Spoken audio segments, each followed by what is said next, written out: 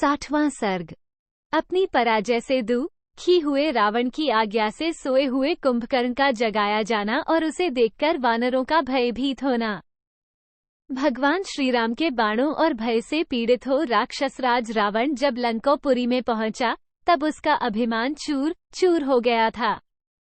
उसकी सारी इंद्रियां व्यथा से व्याकुल थीं। 1। जैसे सिंह गजराजकों और गरुड़ विशाल नागर को पीड़ित एवं पराजित कर देता है, उसी प्रकार महात्मा रघुनाथ जी ने राजा रावण को अभिभूत कर दिया था। 2। भगवान श्रीराम के बाण ब्रह्मदंड के प्रतीक जान पड़ते थे। उनकी दीप्ति चपला के समान चंचल थी। उन्हें याद करके राक्षसराज रावण के मन में बड़ी व्यथा हुई। 3। सोने के बने हुए दिव्य एवं श्रेष्ठ सिंहासन पर बैठकर राक्षसों की ओर देखता हुआ रावण उस समय इस प्रकार कहने लगा। 4। मैंने जो बहुत बड़ी तपस्या की थी, वह सब अवश्य ही व्यर्थ हो गई, क्योंकि आज महेंद्र तुल्य पराक्रमी मुझ रावण को एक मनुष्य ने परास्त कर दिया। ब्रह्मा जी ने मुझसे कहा था कि तुम्हें मनुष्यों से भय प्राप्त होगा। इस बात को अच्छी तरह जान लो। उनका कहा हुआ ये घोर वचन इस समय सफल होकर मेरे समक्ष उपस्थित हुआ है। 6। मैंने तो देवता, दानव, गंधर्व, यक्ष, राक्षस और सर्पों से ही अवध्य होने का वर मांगा था, मनुष्यों से अभय होने की वर याचना नहीं की थी। 7। पूर्व काल में इक्ष्वाकुवंशी राजा अंड्रने ने मुझे शाप देते हुए कहा था कि राक्षसाधम, कुलारगार, दुर्मते, मेरे ही वंश में एक ऐसा श्रेष्ठ पुरुष उत्पन्न होगा जो तुझे पुत्र, मंत्री, सेना, अश्व और सारथी के सहित सम्रांगण में मार डालेगा। मालूम होता है कि अंड्रने ने जिसकी ओर संकेत किया था, ये दशरथ कुमार राम वही मनुष्य है। 8-9 आधा। इसके सिवा पूर्व काल में मुझे वेदवती ने भी शाप दिया था, क्योंकि मैंने उसके साथ बलात्कार किया था। जान पड़ता है वही यह महाभागा जनक नंदिनी सीता होकर प्रकट हुई है। 10:1/2। इसी तरह उमा, नंदीश्वर, रंभा और वरुण कन्या ने भी जैसा जैसा कहा था, वैसा ही परिणाम मुझे प्राप्त हुआ है। तारांकन सच है, ऋषियों की बात कभी झूठी नहीं होती। 11:1/2। उमा ने कैलाश उठाने के समय भयभीत होने से रावण को शाप दिया था कि तेरी मृत्यु स्त्री के कारण होगी। नंदीश्वर की वानर मूर्ति देखकर रावण हंसा था, इसलिए उन्होंने कहा था, मेरे समान रूप और पराक्रम वाले ही तेरे कुल का नाश करेंगे। रंभा के निमित्त से नल, कुबरने और वरुण, कन्या पुंजिकस्थला के निमित्त से ब्रह्मा जी ने शाप दिया था कि अनिच्छा से किसी स्त्री के साथ संभोग करने पर तेरी मृत्यु हो जाएगी। ये शाप ही मुझ पर भय अथवा संकट लाने में कारण हुए हैं। इस बात को जानकर अब तुम लोग आए हुए संकट को टालने का प्रयत्न करो। राक्षस लोग राजमार्गों तथा गोपुरों के शिखरों पर उनकी रक्षा के लिए डटे रहें। साथ ही जिसके गांभीर्य की कहीं तुलना नहीं है, जो देवताओं और दानवों का दर्प दलन करने वाला है, तथा ब्रह्मा जी के शाप से प्राप्त हुई निद्रा जिसे सदा अभिभूत किए रहती है, उस कुंभकर्ण को भी जगाया जाए। 13:1/2। प्रहस्त मारा गया और मैं भी सम्रांगण में परास्त हो गया। ऐसा जानकर महाबली रावण ने राक्षसों की भयानक सेना को आदेश दिया कि तुम लोग नगर के दरवाजों पर रहकर उनकी रक्षा के लिए यत्न करो। परकोटों पर भी चढ़ जाओ और निद्रा के अधीन हुए कुंभकर्ण को जगा दो। 14:15 आधा। मैं तो दुखी, चिंतित और अपूर्णकाम होकर जाग रहा हूँ और वह राक्षस कामभोग से अचेत हो बड़ी निश्चितता के साथ सुखपूर्वक सो रहा है। वह कभी 9, कभी 7, कभी 10 और कभी 8 मास तक सोता रहता है। यह आज से 9 महीने पहले मुझसे सलाह करके सोया था। 16-17। अतः तुम लोग महाबली कुंभकर्ण को शीघ्र जगा दो। महाबाहु कुंभकर्ण सभी राक्षसों में श्रेष्ठ है। वह युद्धस्थल में वानरों और उन राजकुमारों को भी शीघ्र ही मार डालेगा। 18। समस्त राक्षसों में प्रधान ये कुंभकर्ण सम्रभूमि में हमारे लिए सर्वोत्तम विजय वैजयंती के समान है, किंतु खेद की बात है कि वह मूर्ख ग्रामसुख में आसक्त होकर सदा सोता रहता है। 19। यदि कुंभकर्ण को जगा दिया जाए तो इस भयंकर संग्राम में मुझे राम से पराजित होने का शोक नहीं होगा। 20।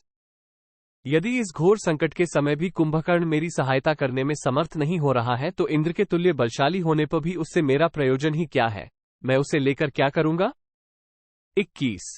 राक्षसराज रावण की वह बात सुनकर समस्त राक्षस बड़ी घबराहट में पड़कर कुंभकर्ण के घर गए। 22। रक्त मांस का भोजन करने वाले वे राक्षस रावण की आज्ञा पाकर गंध, माल्य तथा खाने पीने की बहुत सी सामग्री लिए सहसा कुंभकर्ण के पास गए। 23। कुंभकर्ण एक गुफा में रहता था जो बड़ी ही सुंदर थी और वहां के वातावरण में फूलों की सुगंध छाई रहती थी। उसकी लंबाई चौड़ाई सब ओर से एक योजन की थी तथा उसका दरवाजा बहुत बड़ा था। उसमें प्रवेश करते ही वे महाबली राक्षस कुंभकर्ण की सांस के वेग से सहसा पीछे को ठेल दिए गए।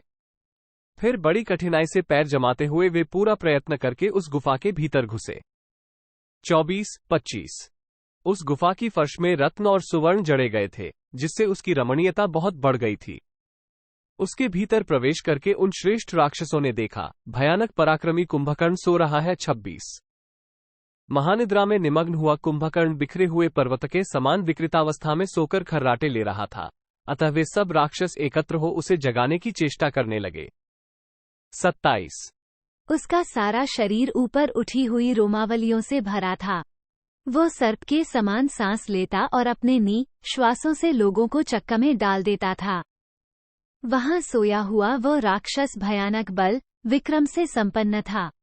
28। उसकी नासिका के दोनों छिद्र बड़े भयंकर थे। मुंह पाताल के समान विशाल था। उसने अपना सारा शरीर शैया पर डाल रखा था और उसकी देह से रक्त और चर्बी की सी गंध प्रकट होती थी। 29। उसकी भुजाओं में बाजूबंद शोभा पाते थे। मस्तक पर तेजस्वी किरीट धारण करने के कारण वह सूर्यदेव के समान प्रभापुंज से प्रकाशित हो रहा था। इस रूप में निशाचर श्रेष्ठ शत्रुघ्न कुंभकर्ण को उन राक्षसों ने देखा। 30। तदनंतर उन महाकाय निशाचरों ने कुंभकर्ण के सामने प्राणियों के मेरु पर्वत जैसे ढेर लगा दिए, जो उसे अत्यंत तृप्ति प्रदान करने वाले थे। 31। उन श्रेष्ठ राक्षसों ने वहां मृगों, भैंसों और सूअरों के समूह खड़े कर दिए तथा अन्न की भी अद्भुत राशि एकत्र कर दी। 32। इतना ही नहीं, उन देवद्रोहियों ने कुंभकर्ण के आगे रक्त से भरे हुए बहुतेरे घड़े और नाना प्रकार के मांस भी रख दिए। 33। तत्पश्चात उन्होंने शत्रु संतापी कुंभकर्ण के शरीर में बहुमूल्य चंदन का लेप किया। दिव्य सुगंधित पुष्प और चंदन सुघाने धूपों की सुगंध फैलाई। उस शत्रुघ्न वीर की स्तुति की तथा जहां तहां खड़े हुए राक्षस मेघों के समान गंभीर ध्वनि से गर्जना करने लगे। इतने पर भी जब कुंभकर्ण नहीं उठा, तब अमर्ष से भरे हुए राक्षस चंद्रमा के समान श्वेत रंग के बहुत से शंख फूंकने तथा एक साथ तुमुल ध्वनि से गर्जना करने लगे। 36। वे निशाचर सिंहनाद करने, ताल ठोंकने और कुंभकर्ण के विभिन्न अंगों को झकझोरने लगे।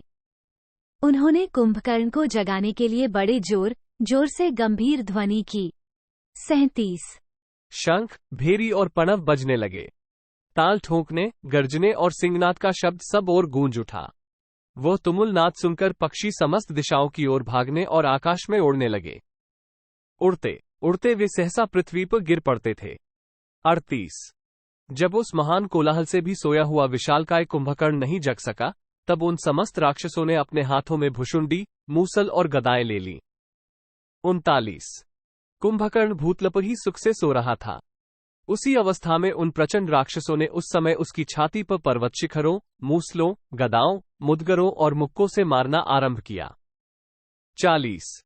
किंतु राक्षस कुंभकर्ण की श्वास वायु से प्रेरित हो वे सब निशाचर उसके आगे ठहर नहीं पाते थे।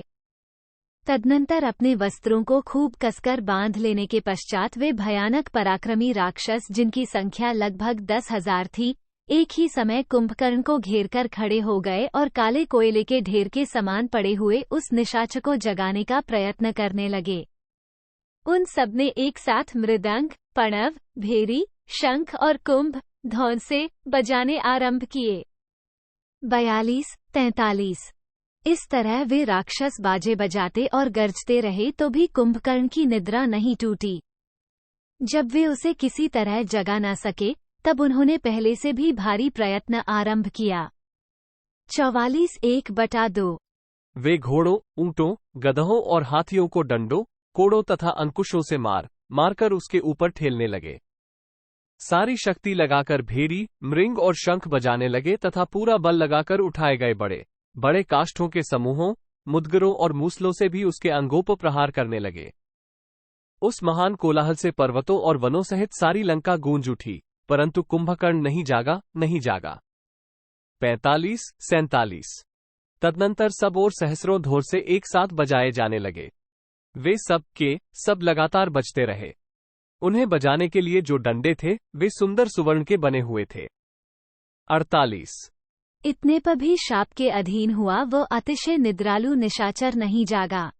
इससे वहां आए हुए सब राक्षसों को बड़ा क्रोध हुआ। 49 फिर वे रोष से भरे हुए सभी भयानक पराक्रमी निशाचर उस राक्षस को जगाने के लिए पराक्रम करने लगे। कोई धौल से बजाने लगे, कोई महान कोलाहल करने लगे, कोई कुंभकर्ण के सिर के बाल नोचने लगे और कोई दांतों से उसके कान काटने लगे। 51 दूसरे राक्षसों ने उसके दोनों कानों में 100 घड़े पानी डाल दिए तो भी महानिद्रा के वश में पड़ा हुआ कुंभकर्ण टस से मज नहीं हुआ। 52 दूसरे बलवान राक्षस कांटेदार मुद्गर हाथ में लेकर उन्हें उसके मस्तक, छाती तथा अन्य अंगों पर गिराने लगे। 53 तत्पश्चात रस्सियों से बांधी हुई शतग्नियों द्वारा उस पर सब ओर से चोटें पड़ने लगी, फिर भी उस महाकाय राक्षस की नींद नहीं टूटी। 54 इसके बाद उसके शरीर पर हजारों हाथी दौड़ाए गए। तब उसे कुछ स्पर्श मालूम हुआ और वह जाग उठा। यद्यपि उसके ऊपर पर्वत शिखर और वृक्ष गिराए जाते थे, तथापि उसने उन भारी प्रहारों को कुछ भी नहीं गिना। हाथियों के स्पर्श से जब उसकी नींद टूटी, तब वह भूख के भय से पीड़ित हो अंगड़ाई लेता हुआ सहसा उछलकर खड़ा हो गया। 56 उसकी दोनों भुजाएं नागों के शरीर और पर्वत शिखरों के समान जान पड़ती थीं। उन्होंने वज्र की शक्ति को पराजित कर दिया था। उन दोनों बाहों और मुंह को फैलाकर जब वह निशाचर जम्हाई लेने लगा, उस समय उसका मुख बड़वान के समान विकराल जान पड़ता था। 57 जम्हाई लेते समय कुंभकर्ण का पाताल जैसा मुख मेरु पर्वत के शिखर पर उगे हुए सूर्य के समान दिखाई देता था। 58 इस तरह जम्हाई लेता हुआ वह अत्यंत बलशाली निशाचर जब जगा, तब उसके मुख से जो सांस निकलती थी वह पर्वत से चली हुई वायु के समान प्रतीत होती थी। नींद से उठे हुए कुंभकर्ण का वह रूप प्रलय काल में समस्त प्राणियों के संहार की इच्छा रखने वाले काल के समान जान पड़ता था। 60 उसकी दोनों बड़ी बड़ी आंखें प्रज्वलित अग्नि और विद्युत के समान दीप्तिमती दिखाई देती थीं। वे ऐसी लगती थीं मानो दो महान ग्रह प्रकाशित हो रहे हों। 61 तदनंतर राक्षसों ने वहां जो अनेक प्रकार की खाने पीने की वस्तुएं प्रचुर मात्रा में रखी गई थीं, वे सब की सब कुंभकर्ण को दिखाईं। वह महाबली राक्षस बात में बहुतेरे भैंसों और सुअरों को चट कर गया। 62 उसे बड़ी भूख लगी थी, अतः उसने भरपेट मांस खाया और प्यास बुझाने के लिए रक्तपान किया।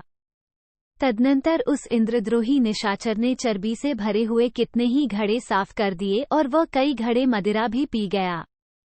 63 तब उसे तृप्त जानकर राक्षस उछलकर उसके सामने आए और उसे सिर झुका प्रणाम करके उसके चारों ओर खड़े हो गए।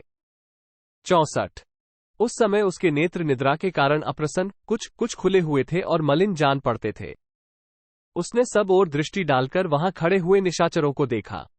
65 निशाचरों में श्रेष्ठ कुंभकर्ण ने उन सब राक्षसों को सांत्वना दी और अपने जगाए जाने के कारण विस्मित हो उनसे इस प्रकार पूछा। 66 तुम लोगों ने इस प्रकार आदर करके मुझे किस लिए जगाया है? राक्षसराज रावण कुशल से है ना? यहाँ कोई भय तो नहीं उपस्थित हुआ है? 67 अथवा निश्चय ही यहाँ दूसरों से कोई महान भय उपस्थित हुआ है, जिसके निवारण के लिए तुम लोगों ने इतनी उतावली के साथ मुझे जगाया है। 68 अच्छा तो आज मैं राक्षस राज के भय को उखाड़ फेंकूंगा। महेंद्र, पर्वत या इंद्र को भी चीर डालूंगा और अग्नि को भी ठंडा कर दूंगा। 69 मुझ जैसे पुरुष को किसी छोटे मोटे कारणवश नींद से नहीं जगाया जाएगा, अतः तुम लोग ठीक बताओ, मेरे जगाए जाने का क्या कारण है? 70 शत्रुसूदन कुंभकर्ण जब रोष में भरकर इस प्रकार पूछने लगा, तब राजा रावण के सचिव यूपाक्ष ने हाथ जोड़कर कहा। 71 महाराज, हमें देवताओं की ओर से तो कभी कोई भय हो ही नहीं सकता। इस समय केवल एक मनुष्य से तुमुल भय प्राप्त हुआ है, जो हमें सता रहा है। 72। राजन, इस समय एक मनुष्य से हमारे लिए जैसा भय उपस्थित हो गया है, वैसा तो कभी दैत्यों और दानवों से भी नहीं हुआ था। 73। पर्वताकार वानरों ने आकर इस लंकोपुरी को चारों ओर से घेर लिया है। सीताहरण से संतप्त हुए श्रीराम की ओर से हमें तुमुल भय की प्राप्ति हुई है। 74। पहले एक ही वानर ने यहाँ आकर इस महापुरी को जला दिया था और हाथियों तथा साथियों सहित राजकुमार अक्षकों भी मार डाला था। 75। श्रीराम सूर्य के समान तेजस्वी हैं।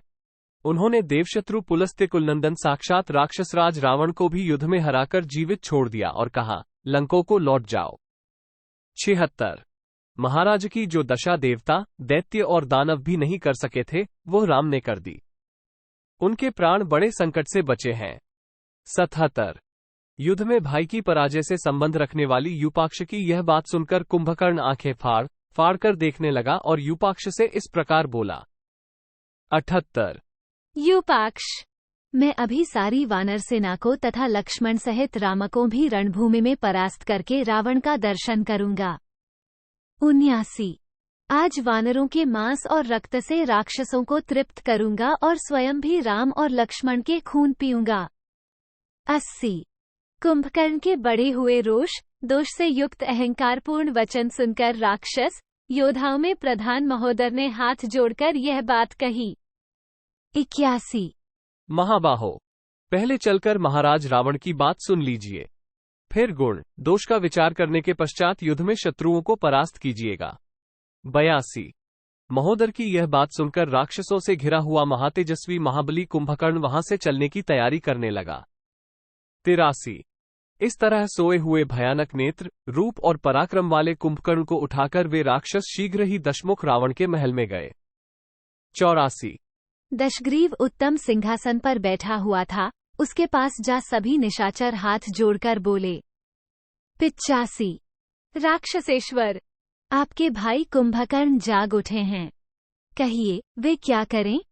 सीधे युद्धस्थल में ही पधारें या आप उन्हें यहाँ उपस्थित देखना चाहते हैं? 86। तब रावण ने बड़े हर्ष के साथ उन उपस्थित हुए राक्षसों से कहा, मैं कुंभकर्ण को यहाँ देखना चाहता हूँ, उनका यथोचित सत्कार किया जाए। 87। तब जो आज्ञा कहकर रावण के भेजे हुए वे सब राक्षस पुनः कुंभकर्ण के पास आ इस प्रकार बोले। प्रभो, सर्वराक्षस शिरोमणि महाराज रावण आपको देखना चाहते हैं, अतः आप वहां चलने का विचार करें और पधारकर अपने भाई का हर्ष बढ़ावें। 89। भाई का यह आदेश पाकर महापराक्रमी दुर्जय वीर कुंभकर्ण बहुत अच्छा कहकर शैया से उठकर खड़ा हो गया। 90। उसने बड़े हर्ष और प्रसन्नता के साथ मुंह धोकर स्नान किया और पीने की इच्छा से तुरंत बलवर्धक पेय ले आने की आज्ञा दी। 91। तब रावण के आदेश से वे सब राक्षस तुरंत मद्य तथा नाना प्रकार के भक्ष्य पदार्थ ले आए। 92। कुंभकर्ण 2000 घड़े मद्य गटक कर चलने को उद्यत हुआ। इससे उसमें कुछ ताजगी आ गई तथा वह मतवाला, तेजस्वी और शक्ति संपन्न हो गया। 93। फिर जब राक्षसों की सेना के साथ कुंभकर्ण भाई के महल की ओर चला, उस समय वह रोष से भरे हुए प्रलय काल के विनाशकारी यमराज के समान जान पड़ता था। कुंभकर्ण अपने पैरों की धमक से सारी पृथ्वी को कंपित कर रहा था। 94। जैसे सूर्यदेव अपनी किरणों से भूतल को प्रकाशित करते हैं, उसी प्रकार वह अपने तेजस्वी शरीर से राजमार्ग को उद्भासित करता हुआ हाथ जोड़े अपने भाई के महल में गया। ठीक उसी तरह जैसे देवराज इंद्र ब्रह्मा जी के धाम में जाते हैं। 95। राजमार्ग पर चलते समय शत्रुघाती कुंभकर्ण पर्वत शिखर के समान जान पड़ता था। नगर के बाहर खड़े हुए वानर सहसा उस विशालकाय राक्षस को देखकर सेनापतियों सहित सहम गए। 96।